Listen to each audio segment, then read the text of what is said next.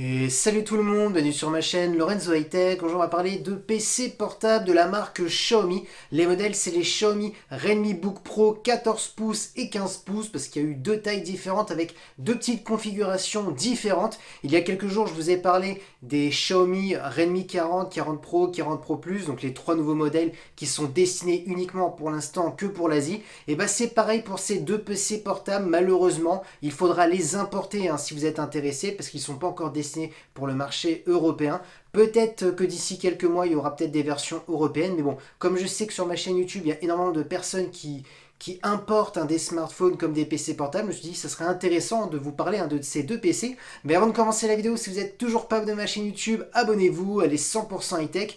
N'oubliez pas d'activer la petite cloche de notification pour être alerté lorsque je publie une vidéo. Ou sinon ma page Instagram Lorenzo High Tech, je donne souvent des informations, des promotions, tout ça en story. Et maintenant, c'est parti. Du coup, Xiaomi a présenté deux nouveaux PC, alors qu'ils sont plutôt destinés pour des étudiants. Je préfère vous prévenir, c'est pas des grosses configurations. Parlons maintenant du design de ces deux PC. Tous les deux, ils ont des châssis en aluminium. Je trouve que c'est vraiment très joli, c'est bien travaillé, on a vraiment un beau design.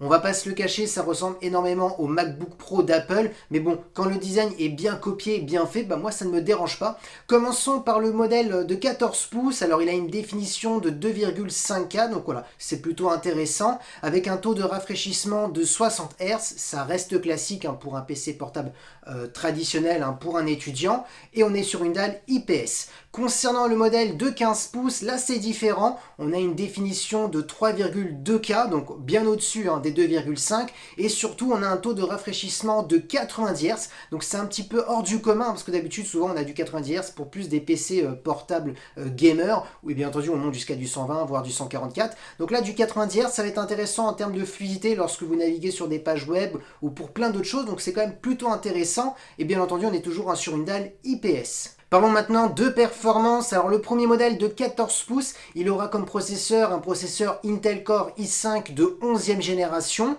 accompagné de 16 Go de RAM. Donc là ce qui est intéressant c'est qu'on pourra avoir pas mal de choses en arrière-plan, parce que 16 Go de RAM ça permet d'encaisser pas mal de choses. Donc parfait pour un étudiant quand il a un PowerPoint à gauche, Word à droite, donc c'est quand même plutôt pas mal. Et avec un disque dur SSD de 512 Go, donc pas mal le SSD pour avoir des taux de transfert très rapides. Concernant le modèle de 15 pouces, on a un Intel Core i7 de 11e génération, donc bien plus performant, accompagné d'une carte graphique Nvidia MX 450. Donc c'est ça le petit plus du modèle 15 pouces, c'est qu'on a une carte graphique en plus, et avec aussi bien entendu un disque dur SSD de 512 Go, donc identique au modèle de 14 pouces. Concernant l'autonomie, on est sur du 10 heures donc pour les deux modèles, donc je trouve que c'est suffisant pour un étudiant. Ensuite concernant la connectivité, on a toutes les dernières connectivités, c'est-à-dire de la Wi-Fi 6, du Bluetooth 5.1, on a ensuite en plus une prise jack si vous voulez mettre un casque, on a ensuite aussi une prise HDMI, on a de l'USB-A, du type C, donc voilà, on a quand même toutes les connectiques classiques. Et concernant les prix, parce que je sais c'est ça que vous attendez,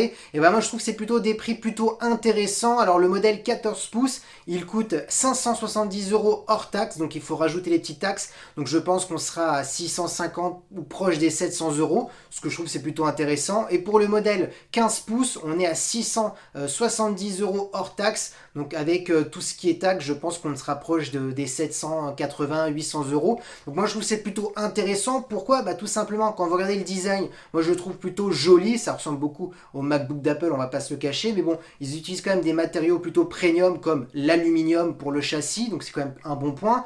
Le modèle 15 pouces, on a quand même un écran de 90 Hz, donc c'est quand même plutôt intéressant, ou après le 60 Hz pour le 14 pouces, donc là ça reste plutôt traditionnel. En termes de performance, l'Intel Core i5 de 11e génération ou l'Intel Core i7 de 11e génération pour le modèle 15 pouces, c'est amplement suffisant pour un étudiant. Il y a aussi une petite carte graphique Nvidia MX 450, donc voilà, moi je trouve qu'un SSD de 512 Go pour les deux, moi je trouve que c'est une config classique. Voilà, moi entre 700 et 800 € pour ma part, c'est un prix qu'il faut mettre pour un PC pour un étudiant. Donc voilà, je voulais vous parler de ces deux PC que malheureusement pour l'instant ils ne sortiront pas en Europe, il faut les importer. Mais vu que je sais que j'ai quand même pas mal d'abonnés qui aiment bien importer les smartphones, les PC portables de Xiaomi, c'est pour ça que j'ai fait cette vidéo. Donc voilà, j'espère que la vidéo vous a plu. Si c'est le cas, n'oubliez pas le petit pouce like, de vous abonner sur cette chaîne YouTube et d'activer la petite cloche de notification pour être alerté lorsque je publie une vidéo. Ou sinon ma page Instagram Lorenzo High Tech, je donne souvent des informations, des promotions, tout ça en story. Et maintenant je vous dis à très bientôt.